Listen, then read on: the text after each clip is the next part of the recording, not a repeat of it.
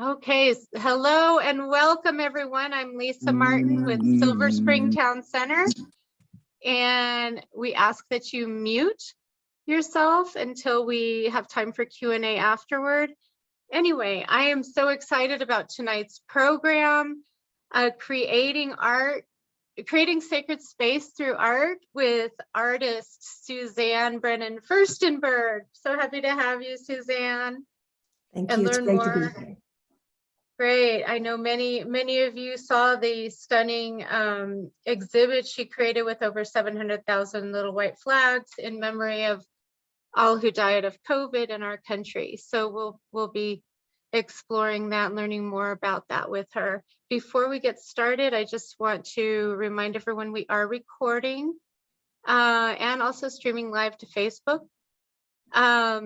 We have some other events coming up that you may want to attend. Tomorrow we have former Silver Spring Regional Center Director Ramberto Rodriguez talking about something he knows and loves well, Cuba and architecture. So join us tomorrow at 7 for Havana's Art and Culture, the intersection of architecture, planning, preservation, and economics with Ramberto Rodriguez at 7 o'clock. And then we have a few more programs. I'm hosting another travel logs series with a focus on holy sites around the globe, which ties into our sacred spaces theme for December. And that's 2 weeks from tonight, so the Wednesday before Christmas. All of our events are made possible with generous support from Montgomery County, United Therapeutics, the Arts and Humanities of Montgomery County, Maryland State Arts, and many others, including donors like you who contribute any amount of any kind is very helpful to us, especially now that our board of directors has pledged a $3,000 match for our end of year fundraising. And now let's get started with the program. Hello, Suzanne. It's so great to have you. I will spotlight you and turn it over to you. I'm going to put Suzanne's website and you can read her extensive bio in the chat. One very interesting thing to note, Suzanne became an artist professionally at a much later time in life. Careful there. No.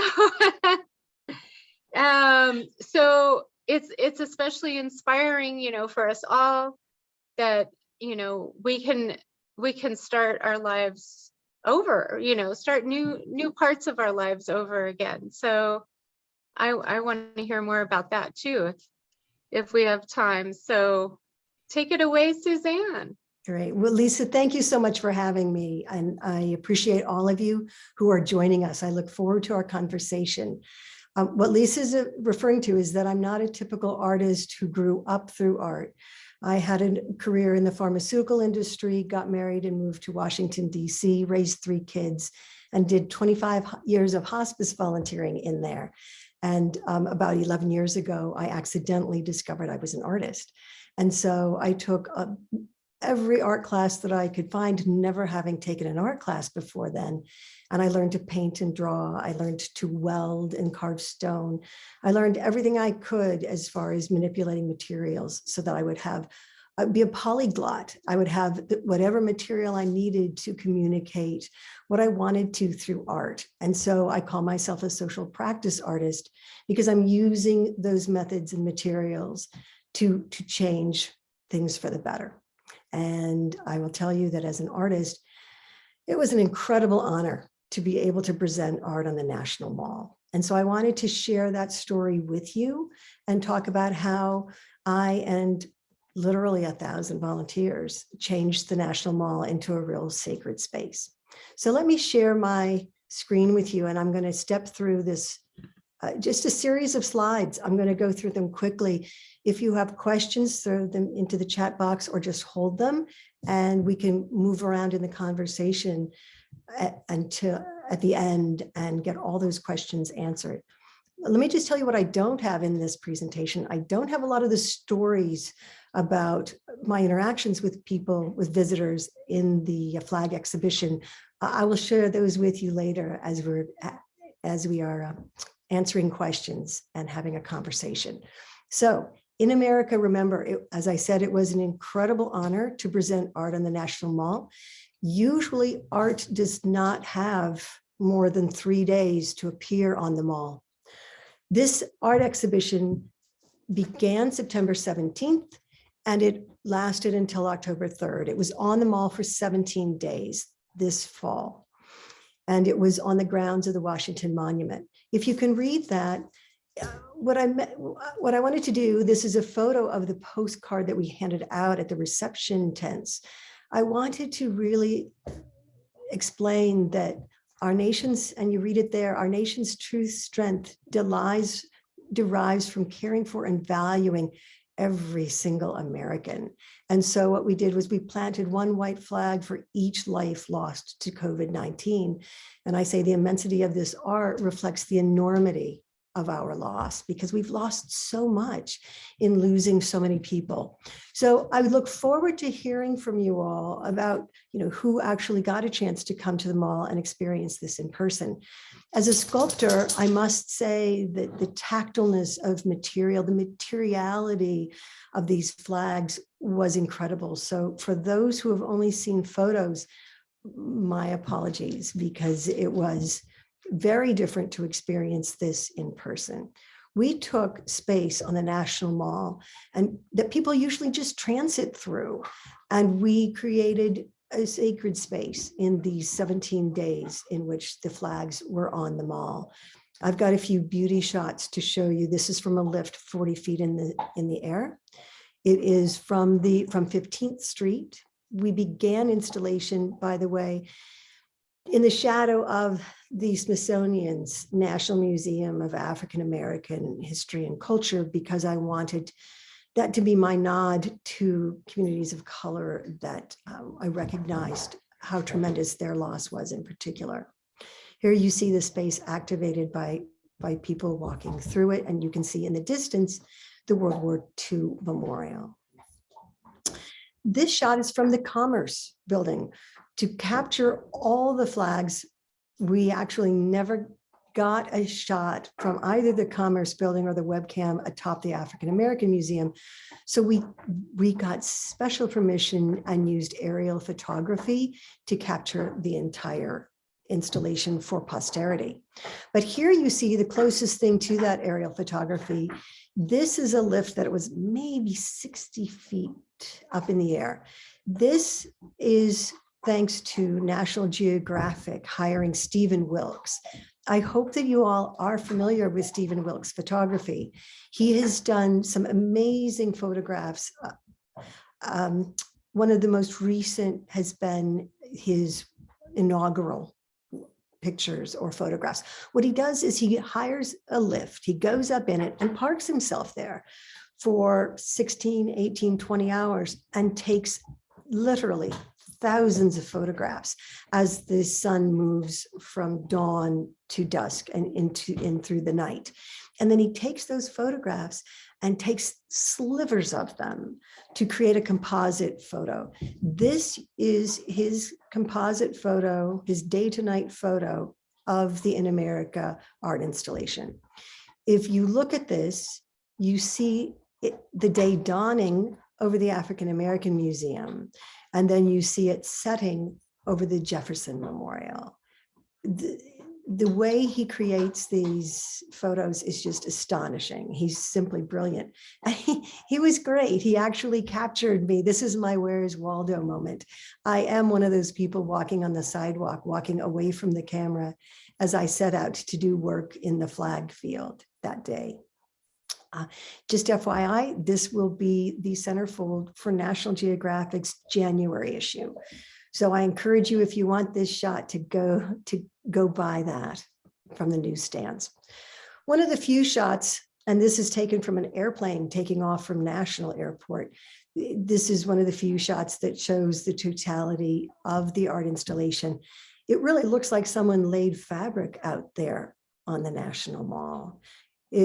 Just for a point of reference, If you look beyond the white, you see the ellipse, and then you see the White House just beyond that in the trees. So each flag represents a soul. Why did I choose white flags? To explain why I chose this medium, I have to go back and tell you the story of the first iteration of this art. If you don't know, this art was first presented last fall. What happened was when the pandemic began, remember back to March 2020, the Lieutenant Governor of Texas, Lieutenant Governor Daniel Patrick, had intimated that the elderly should be willing to take the risk of the virus for the sake of the economy.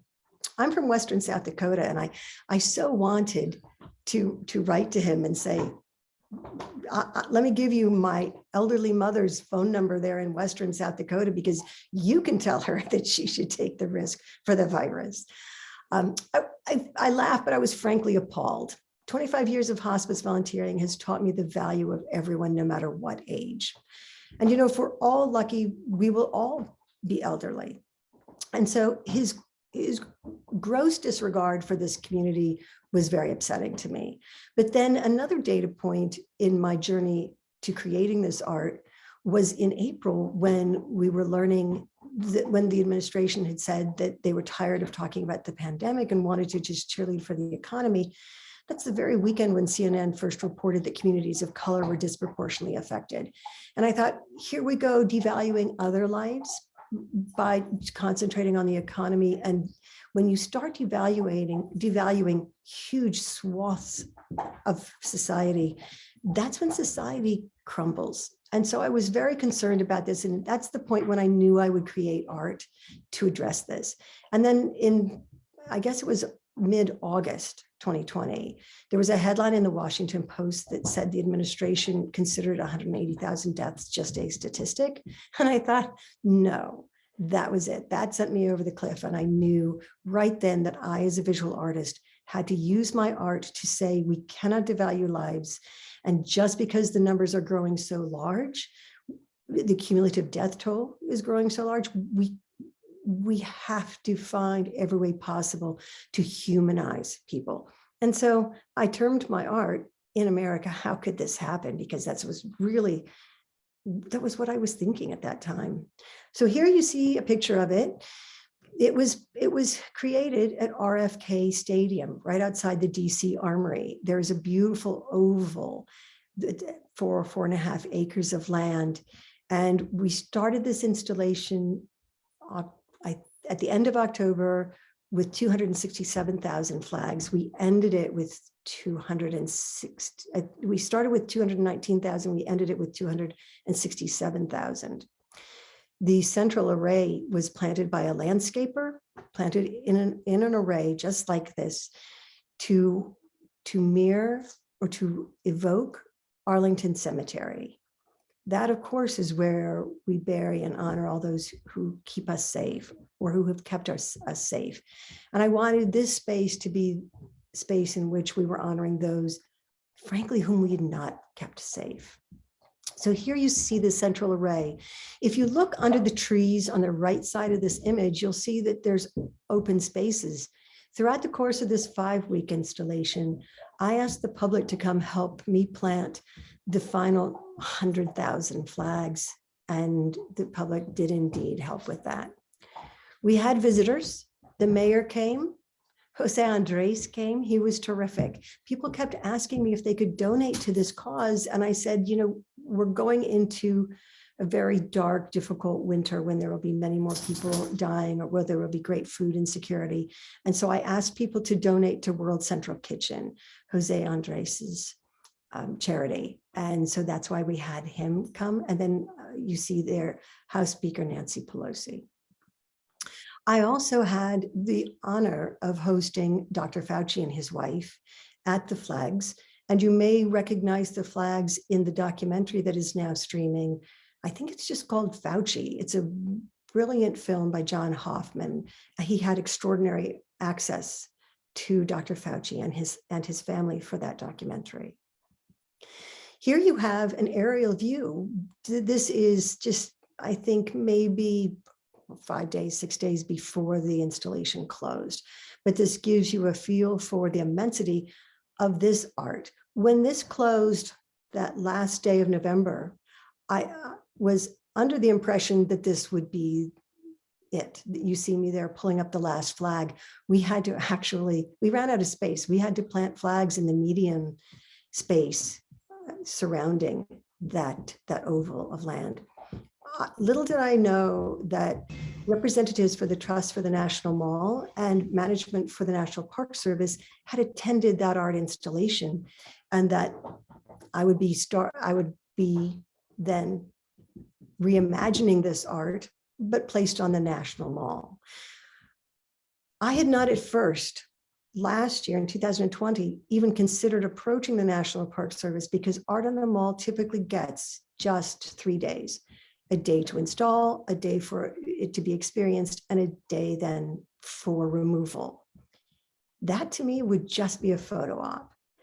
And I felt that that would be extraordinarily disrespectful. We saw in fall of 2020, when people came to RFK Stadium Ellipse, when they came and experienced those flags, I knew that this had to be, if it was coming to the National Mall, it had to be here for some time. And so I negotiated with them, and they were very gracious. They actually allowed me over 3 weeks and over 20 acres of land to use. Here you see the big sign being installed. That's a skin on scaffolding. So let me just tell you about the installation process in case you're interested, because I greenlighted this project with the National Park Service on February 26th. We began installing September 14th. There was never a day that I took off from the end of February. It was an immense task, and you'll see it was much more than just a field of flags. Here you see that sign that just coming into being on scaffolding with a whole series of weights. To create the art, we had to very carefully measure, and we actually used surveying teams to get all the lines and rows straight. Rupert Landscaping was amazing. These are workers from Rupert Landscape. You can see they actually created special equipment. They invented this grid that you see on the right-hand side to allow for rapid and precise planting of individual flags. There had been some talk about using like a flag shooter, and I was like, can't do it. It just felt, as an artist, I just felt that would be too disrespectful. Every single one of those flags had to be installed by hand and taken out by hand. But Rupert Landscape donated over 1,500 man and woman hours to this task. For that, I am immensely grateful to them. So if you ever need a landscaper, call Rupert. Here you see the design that I worked with Rupert, one of their landscape designers, because we had to somehow fit all these flags into this space. And so we also didn't want to just plant a whole field of flags, because how difficult it would be to engage people if they couldn't get within those flags. And so we created this layout that has over 3.8 miles of walking paths. I should say it had 3.8 miles of walking paths. Here you see it in actuality. So I'm going to toggle back for a minute. Here's the layout. And this is what happens when you're working with Rupert Landscape. They did a terrific job of realizing that design in the actual space. I'm going to toggle back one last time because I want you to look at the left side of your screen and look at that in that farthest left segment separated by the two sidewalks. See that copse of trees now, and you see that in the design, there are only a few sections to the left of it, but you can see how we built it out here all the way to the trees. We were running short of space when this installation ended. So before I talk about it ending, let me talk about the opening ceremony. This began on a raining Friday morning, September 17th, and the rain stopped just at the stroke of 11 when we were beginning to open up this art installation for the public. Here you see the crowd gathered there. Dana Bash was very gracious in being our moderator. I gave a keynote presentation. We were joined by Secretary of the Smithsonian, Lonnie Bunch, also by Interior Secretary Haglund, or I think it's Haglund, and then Mayor Bowser closed out the ceremony. So one of the things that you noticed on the sign was that I started with the picture 666,624. That's the number of deaths that were happening or that had happened by September 17th. But each day we suffered more and more deaths. And so I wanted to, on this large sign, which is 14 feet high and 34 feet long, I really wanted to have that number change every day to remind people of how devastating the loss continued to be. What I would do, here's a screenshot from my phone. I would check each day with Johns Hopkins University. Some people rely on the CDC numbers, but there was a situation back in 2020 when the data became corrupted because recording was changed by the administration to go straight to HHS. So I relied on Johns Hopkins for the initial art, In America, How Could This Happen? And then again for the mall presentation of In America, Remember. This is how the numbers changed. You gotta love Velcro. This is Gilbert Sign's way of allowing me or facilitating my ability to change the numbers each day. And as you can see, the number just kept rising and rising. I actually added over 2,000 flags each day during the 17 days of this exhibition. Here you see a congressional bipartisan delegation. If they can't come to these flags, I thought, in a bipartisan way, then there's not much hope. They did come. There's about 35 to 40 of them. And a few of those members then went back to their home districts and installed local installations of white flags to honor the people whom they had lost on a local level. Here you see a closer shot. We had the House Speaker, the whip, all the leadership. And here they are changing numbers. I put them to work. When we reached 700,000, that was just a horrifying milestone. Let me back up for a minute and tell you that I ordered the flags for this installation. I ordered special flags that would be easily recyclable. And I did the numbers so many times before I ordered the flags. I did best case, worst case, and beyond worst case. And so in June, I ordered 630,000 flags, thinking that would easily carry through the end of the exhibition in early October. I had to order flags twice over because 630,000 was, as you saw from the numbers, that didn't even get us to opening day. Things had changed dramatically. I had not expected that I would be planting over 700,000 flags. The last number ended up as 701,133 people lost to COVID-19. Here's a shot of the installation on the last day, or the last evening, I should say. So dedicating flags.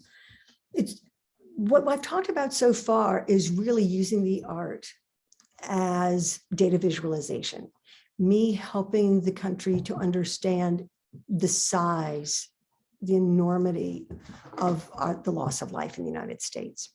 What we haven't talked about is the importance of dedicating flags. What I would say to people when they would come is just look at one flag, just one flag, and imagine the enormity of the loss. Imagine those concentric circles of grief surrounding the loss of that one person. You have immediate family, the extended family, neighbors, people in the faith community, people that person works with, just casual acquaintances. The ripple effects go on and on from just one death. And then you have to add in all the medical professionals who fought so valiantly to save that life. So I wanted people to focus on one flag and then look up across this entire, this huge field of flags to understand that. This being able to dedicate a flag for a loved one lost was a very, very important part of the installation for the families themselves. So many of these families did not have an opportunity to have a funeral, or if they did, it was by Zoom. Many of these losses were not, many of these losses were not publicly acknowledged. And when one loses a loved one, that public acknowledgement is just so important to the grieving process. So here you see one of our reception tents and flags that people could then take and dedicate to a loved one. If they would take a survey that we had that they could pull up on their phones, they would get a number and they could register it. I will tell you about that in a minute. Here you see one person writing a flag. Here's another woman, a woman doing it. Many people brought their families and actually had small services when they would plant the flag that they had dedicated.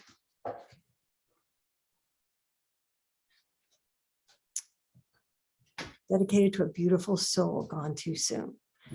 So many of these just gone too soon.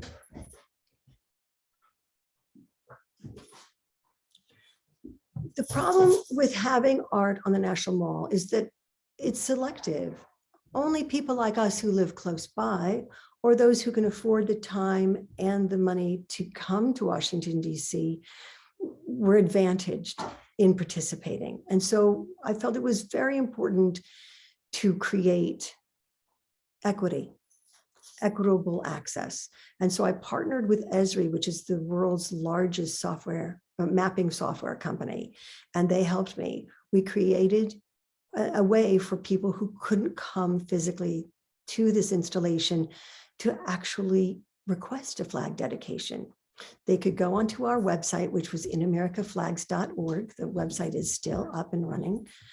And they could scroll down and fill out a survey. They would provide us their message, and we would have volunteers on the mall actually writing those flags for them.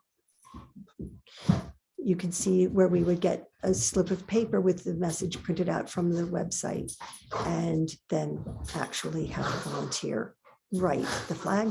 Minuteman Press in Bethesda helped us with the printing. Here's another example of it. And 4 Imprints is the company that donated all the Sharpies. They were very gracious in doing that.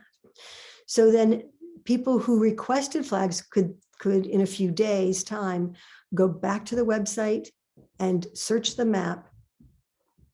They would have to input a name. Say they were looking for Adam Seifert's flag.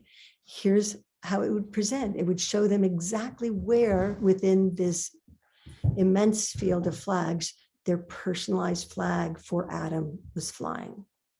And they would also be able to see a picture of it from the National Mall.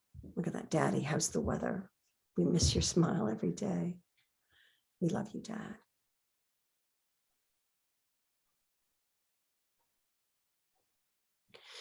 We did this geolocation and the flag photography on the mall through the gracious help of George Washington University. And in particular, there's a woman, Professor Sarah Wagner, there in their anthropology department. She organized legions of volunteers to do the actual geolocation.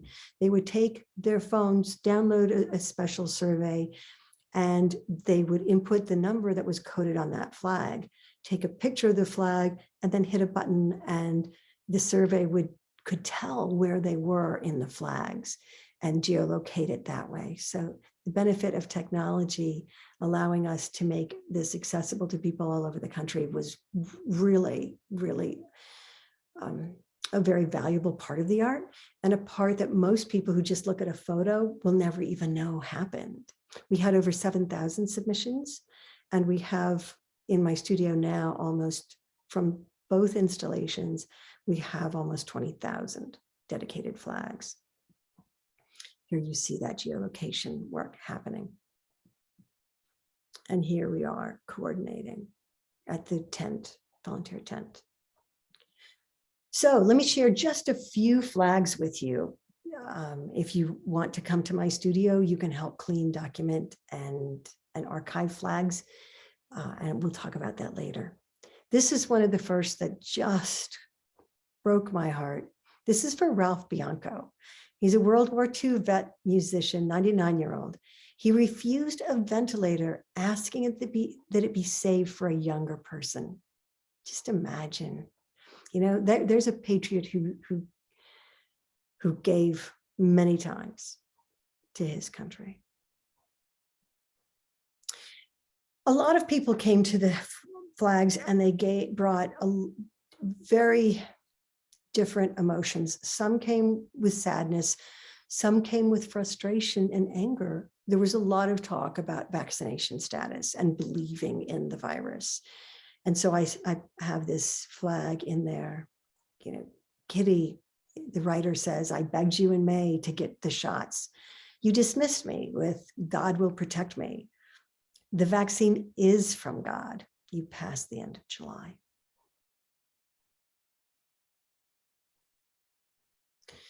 Many flags had photographs added. I loved it when people would really take over the flag and make it their own. Don't you just want to learn more about Ruth, her life, her family? It's a beautiful shot. The sentiments were all across the board. It's heartbreaking to read these. Gary, I love you and miss you so much. I don't want to be here without you.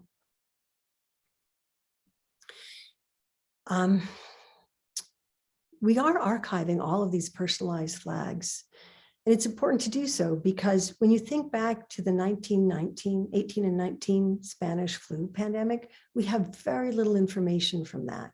But these flags will be one of the many pieces of information that historians, sociologists, and anthropologists will be able to use decades from now to look back and reflect upon this period of time.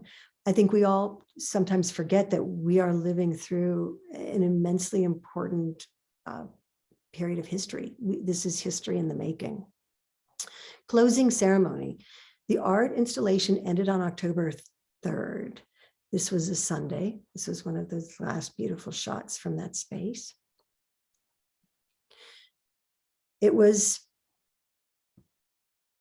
a real beauty in this space. We saw strangers consoling strangers, and we can talk about this after I finish explaining about the project. We created space where people weren't Democrats and Republicans, and where race didn't matter. Strangers saw each other hurting and they consoled one another. Well, just one quick story. There was a woman from Phoenix, Arizona, an older woman who had lost her husband, and it had just been maybe 6 weeks or 2 months, not long at all. She had flown from Phoenix. People came from a lot of different parts of the US to participate, and she came from Phoenix to write a flag for her husband. And she was saying, you know, I don't want to go back. People make fun of me for wearing a mask in the grocery store, but I have to. It's just part of me right now where I feel like I have to protect myself.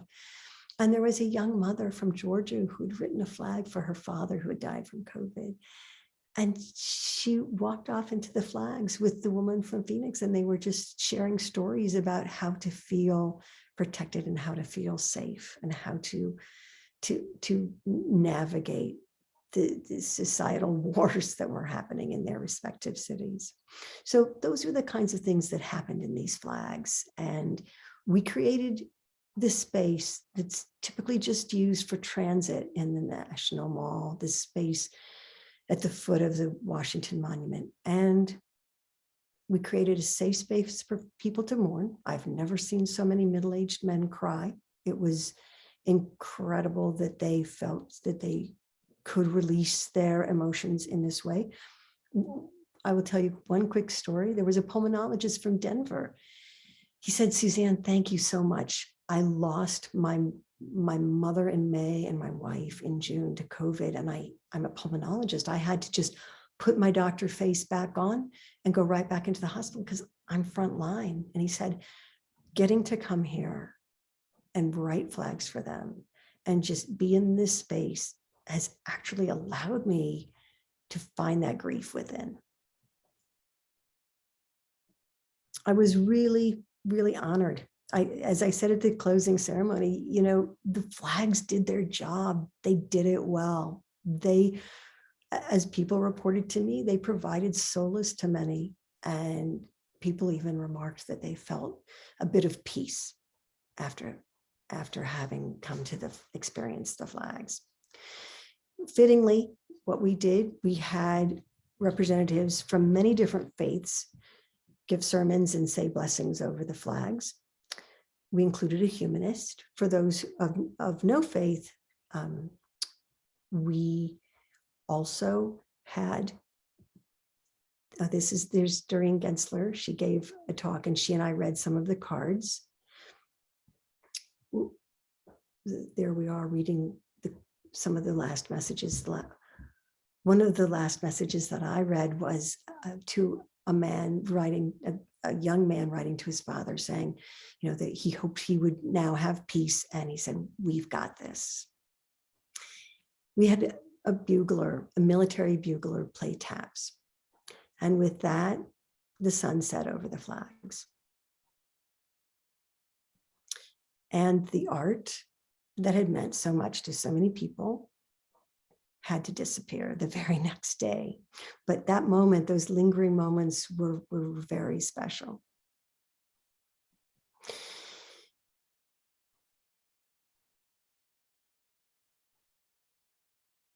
You see some shots here, some beauty shots. So, deinstallation. The flags had to come up and they had to come up quickly. I had 3 days max to get all of these flags to disappear from the National Mall. So we had to first take and secure every single flag that had writing on it, whether it was registered or not. Any flag that had writing was removed carefully at first and sent straight to my studio. Here you can see the space as the flags are disappearing.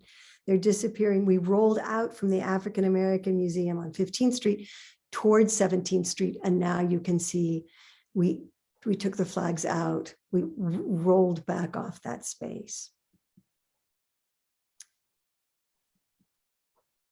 Many people came. I was worried about getting them all out and sent out a message on WTOP. And there's a lot of WTOP listeners in the DC area. It was so gratifying. So many people came.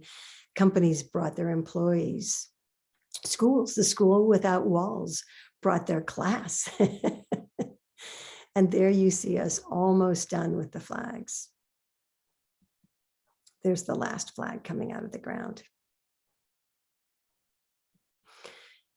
Gone but not forgotten. My brothers and sisters all over the country, you were taken before your time. This flag is a celebration of your life, your joys, of who you were, and you as you will always be.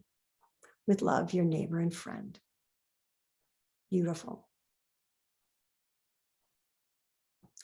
So archiving, as I mentioned, is very important. I will just show you, since I'm not in my studio tonight, I will show you pictures of the studio. You can see the flags. These are the boxes. The yellow ones are ones that have yet to be geolocated or ones that did not have any specific registration number. Those will all be added to the archives.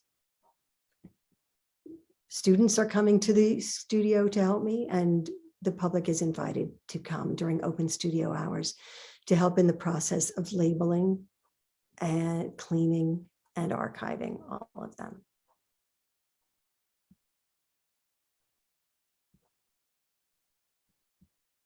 There's a lot of them.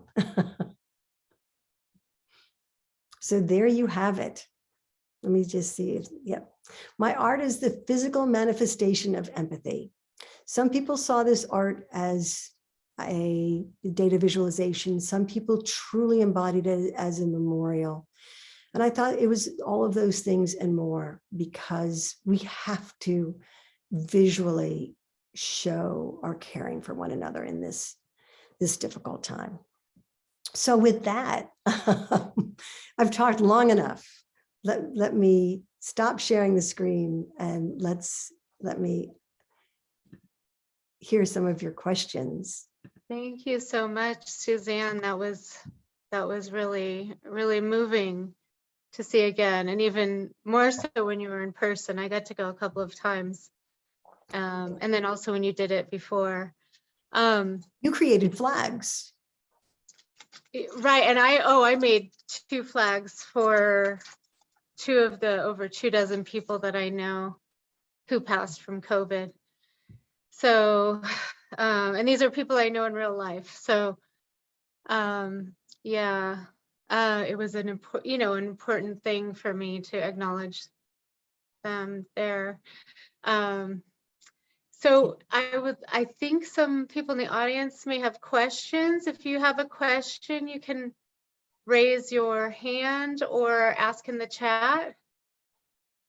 Someone was asking me, and I wasn't quite sure, how many days was the exhibition up? So the exhibition was up for 17 days. We started on September 17th. And well, we began planting flags on September 14th, which was a Tuesday, Wednesday, Thursday. And then we opened to the public on Friday, the 17th. It was up until Sunday, October 3rd.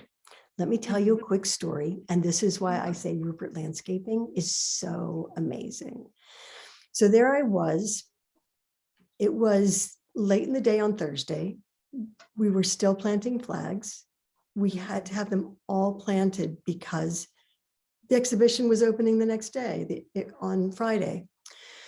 And so I realized, oh my goodness, I had not planted section 1. And let me explain about section 1. I didn't throw pictures in about it. I probably should have. Section 1 was the flags. Well, you saw the flags. They were, when you saw the picture of the big sign and the House delegation that came to visit and helped me change the number on the sign. Those flags in front of that sign number 1809. That's an important number because that array is representative of the number of flags that I would have planted, that I would have only had to have planted 1809.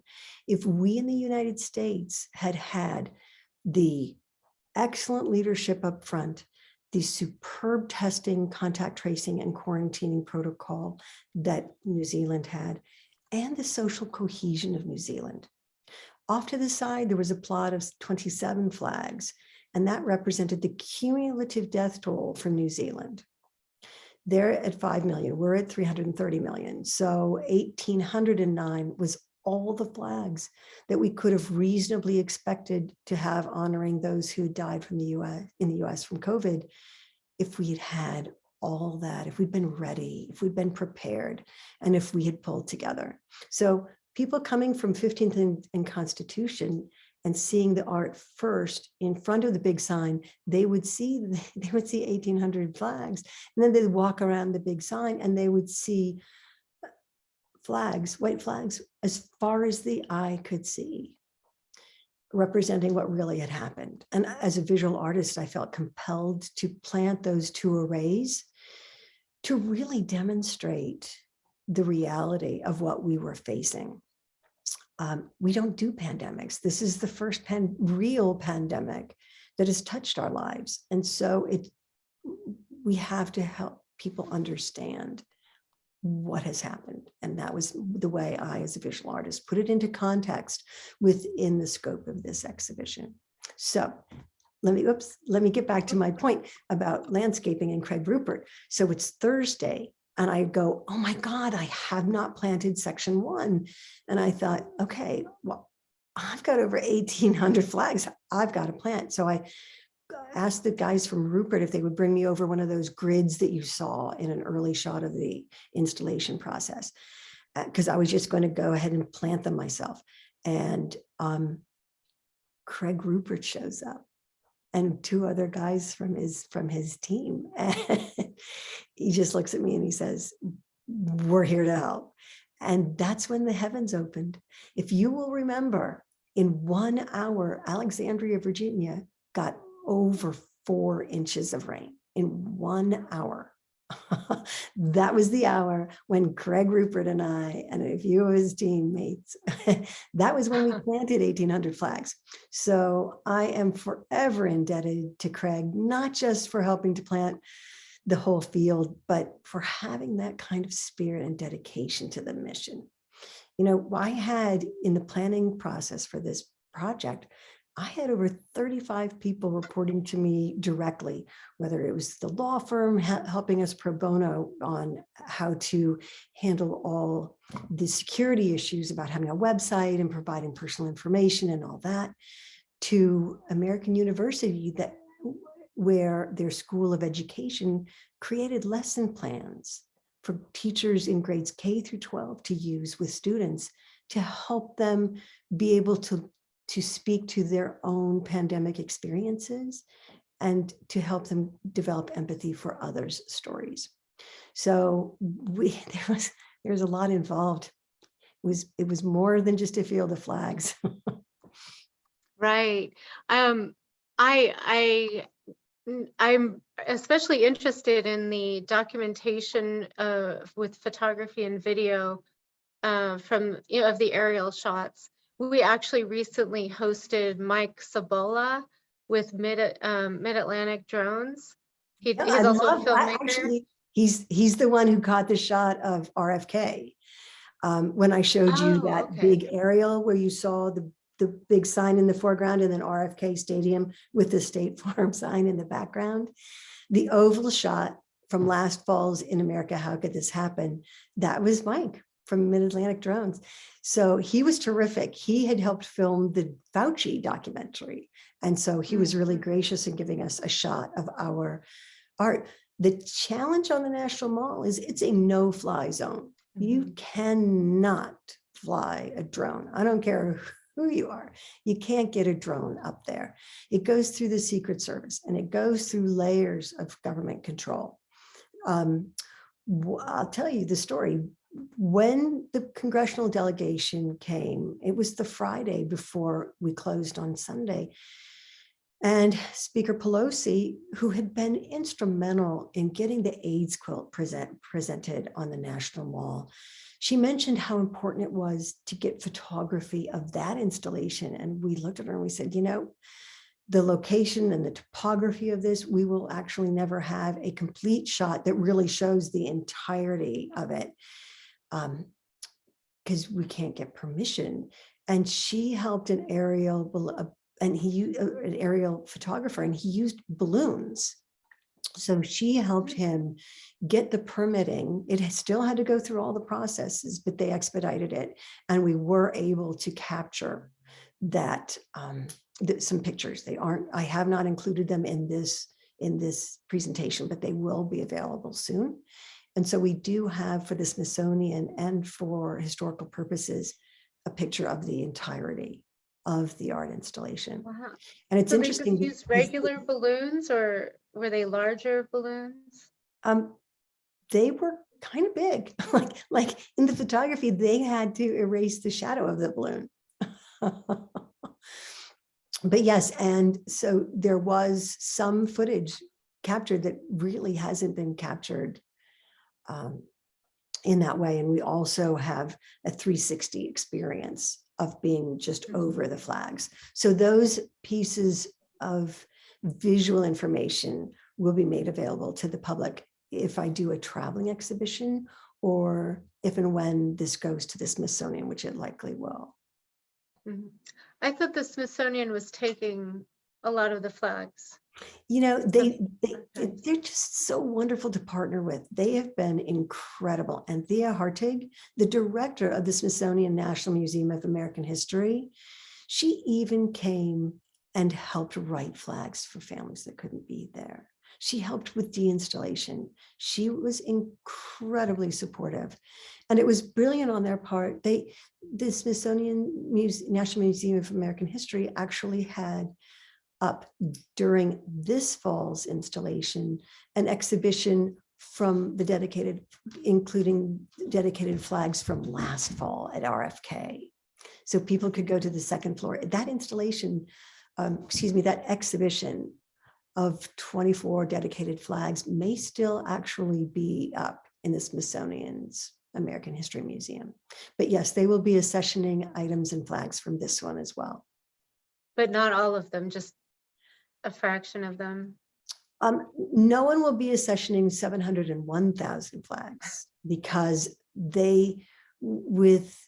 when just days before the deinstallation, the weather forecast was for 3 days of rain, October 4th, 5th, and 6th, just the days when we had to deinstall. And so I had to make the decision, which I would have sent some flags to recycling immediately anyway, but I sent the vast majority of those blank flags have already been recycled. And they were designed for ease of recycling. So we knew that that would be in the plans. I have kept some tens of thousands of blank flags, and we've kept every single flag that had any type of writing on it. We've even kept flags where you could no longer read the writing if people had just wandered up and written in something that disappeared quickly. Some pens did not stay on, the writing didn't stay on long. So we've tried to capture as many of those as we could and stabilize them. Did you have a system in place for receiving requests from people who couldn't be here? Or did you just get inundated with? No, actually. And this is where partnering with these amazing organizations and companies is so helpful in large scale art installations such as mine. I partnered with Esri, that's ESRI. They're a global leader in mapping software. And they created a survey. I showed a slide of that was on the website in americaflags.org. And so people could just go onto that survey and send their message. Once they sent the message, we actually had volunteers at GIS Corps, which is a part of Esri. They read and curated every single one to make sure that there wasn't some errant political message or just like garbage or, those flags that really weren't dedicated to people. They helped weed those out. And then they would send them to Minuteman Press in Bethesda, and Leslie Klein there actually printed them on those cards. And so we just had to be very careful that the cards all made it to the National Mall and got written into flags. So that was a little tricky sometimes, but we had so much help. We had people at the National Mall. Before the installation began, I had a few days where volunteers came because flag submissions started in July. We announced that this exhibition would be happening in September. We announced it 2 months early to give people a chance to plan travel or to give them a chance to dedicate a flag in advance so that their flag would be flying the entire length of the exhibition. And how many of those requests did you get? We got over 7,000. Okay. Yeah, it was a lot of flags. How many flags were written on in total? So there were over 18,000 from this exhibition, and then there were 1,800 from last fall's. So we have just under 20,000 flags that have special messages or dedications. So that's an incredible archive for historians or people studying grief, anthropologists, sociologists to come. But it's also, I think, very important in the near term for people to see these flags. They were created and placed on the National Mall for public acknowledgement. So I'm really hoping to be able to design a traveling exhibition so that people around the country can see the actual flags. They will never again be planted in the ground and presented as they were on the mall, but they are now considered art, and they will only be provided to the public in a more museum-like setting. Great. Well, I'm seeing a couple questions in the chat as well as some comments about how people just love the presentation and the exhibit, those who were able to make it out to the installation. Janice is asking, and you actually touched on this earlier, are there any plans for state and local installations? You know, it's hard. We were talking, there was the possibility of doing it in New York City, but doing this takes some time. Remember, I started in late February and the installation happened in September. So it takes time to organize, and we weren't able to do that for New York City before the cold weather set in. Some localities have done it on their own. Outside the LA Coliseum last week, there were fabulous pictures of a white flag installation that they did there. House Representative Jackie Spear from San Mateo County District in Northern California worked with me, and I helped them do an installation there. There have been inquiries from around the country, and there have been local installations of flags for people locally who had died. I would really love to hear your stories of how you all have managed through the pandemic, and if you have lost anyone whom you have loved to COVID, and then if you had a chance to go to the National Mall for this. Yes. Yes. Is there someone who would like to share a personal story here? If so, please just unmute and we'll bring you on. And while we're waiting for that, one question from Cheryl: when you hatched the idea for the installation, how did you apply to do this? Now, Cheryl, do you mean apply like the application of getting it going, or apply for permitting? So forgive me because I'm long-winded, and when you ask a question like that, I have to tell you, I have to answer your question with a story. Mm-hmm. So remember when I was talking about what inspired me to create the art last fall? In August of 2020, that's when I said, oh my God, I have to do art to stop this devaluation of lives. And for every person who's in that cumulative death total, I've got to reclaim their dignity. And so that's when I started researching and decided on the white flags. I ordered 250,000 white flags for that RFK Stadium exhibition before I had space, before I had approval to even use that space. I didn't have anywhere to plant those flags when I bought them, but that was how determined I was. And thank God, Mayor Bowser's administration came through for me. That was space it was national park space that was leased to the city of DC, that was managed by Events DC, and that was lovingly tended and cared for by neighbors in that neighborhood, and was used by the Armory of the DC National Guard for drills. So I had to go through all sorts of layers of approvals, but just, I don't know, I think it was 2 weeks where I was the owner of 250,000 white flags with nowhere to put them. But luckily they came through, and just, I think a week later, that was when we started installing. So that was then, but the National Mall is a different beast. I had to actually hire a firm that was used to working with the National Park Service about permitting. Presenting any art in the National Mall is incredibly challenging for an artist because there are a lot of rules. There's just a ton of rules. For instance, if you will recall, there was that on the 18th of September, there was going to be a rally near the Capitol in support of the January 6th insurrectionists. So I actually had to layer on more, I had to hire more security just for that day to reassure the National Park Service that nothing would happen at my flags, which were half a mile away from the riot.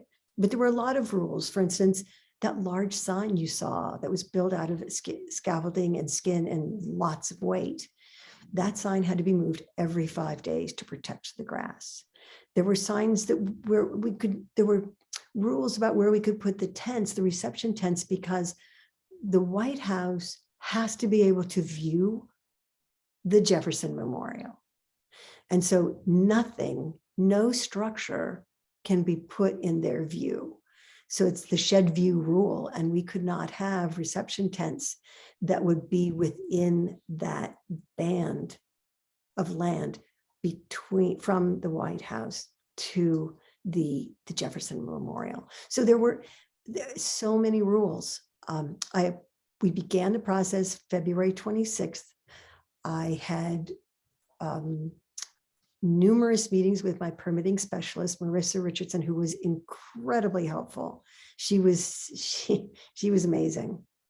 And I actually got my permit formally allowing me to place art there on the National Mall, I think maybe 7 days before we started installing. So it was a long process.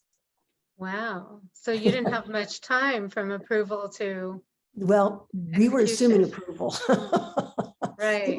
It would have been really a bad situation if we hadn't gotten that final permit. But Marissa Richardson was incredibly helpful, very knowledgeable, and she held my hand throughout it. So I wasn't panicked that it wouldn't happen. After a certain point, it was really more just getting our ducks in a row and making sure that all of their last questions, for instance, security, were handled. So how's that for a long-winded answer to a question? And you mentioned having to get the additional security to be there just in case something happened with these January 6th insurrectionist supporters coming. Did you have any incident like that, or were there any COVID deniers who came to protest? You know, people thought that those flags would be damaged. So many people were concerned that the art would be marred in some way by people who just didn't believe in COVID, or who were angry or politically inspired to cause havoc in this regard. No, we had a handful of people. Over 17 days, we had maybe at most a handful of people.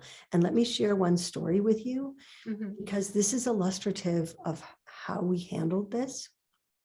There was a woman who came up to one of the reception tents and she said, "You have to remove the flag that's here for my mother. My mother, she died and she was counted in these numbers and she didn't die of COVID. So your number is all wrong and you have to take out one of these flags. I insist, and I want to watch you take the flag out that's for my mother." And for a minute there, I was like, oh, how do I deal with this? But then it clicked in, the dime dropped, and I said, "Tell me about your mother. You sound like you are in pain. Let's go off to the side, and I want you to share with me the story about your mother. How did she die? What was she like? Tell me her story." And the woman, she had come up loaded for bear and saying that her mother had died. Her mother had COVID, but she died in the hospital of a heart attack. And we wandered off beyond the reception tent, and she told me about her mother, and I just looked into her beautiful blue eyes, and there was just pain there. She was just in pain. And, you know, sometimes we forget that anger is often not the emotion that's really talking. Often it's something else: fear, frustration, sadness. And that's what it was. It was pain for her. And after she sat there and told me about her mother, and then she sat for a little bit just contemplating, and then she just wandered off. So Wow, that's really something. It's okay. Is there anyone in the audience who might have a story to share about having lost a loved one? I know Suzanne wanted to hear your stories as well. well, We while have a shy audience tonight. While you're getting up, hey, come on, think of the courage it takes me as an artist to talk with you all. Yeah, I will share. I shared about one person. I put 2 flags down. One, even though I know over 24 people who died, I put down flags for people that I thought might not be represented. There was a guy who sang in my choir.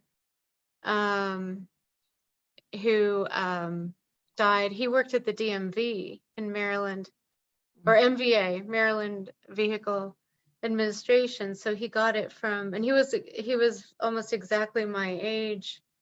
So it was really shocking, because most of the people I know were elderly who passed.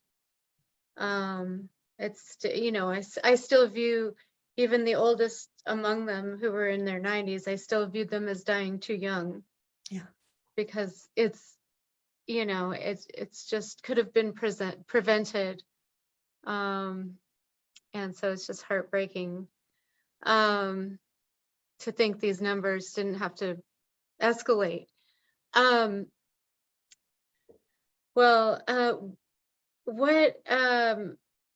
what other projects do you have coming up, Suzanne? Let me see if I have a picture, because I just want to show you all real quickly. Let me screen share and see if I can get this on my PowerPoint. Great, okay.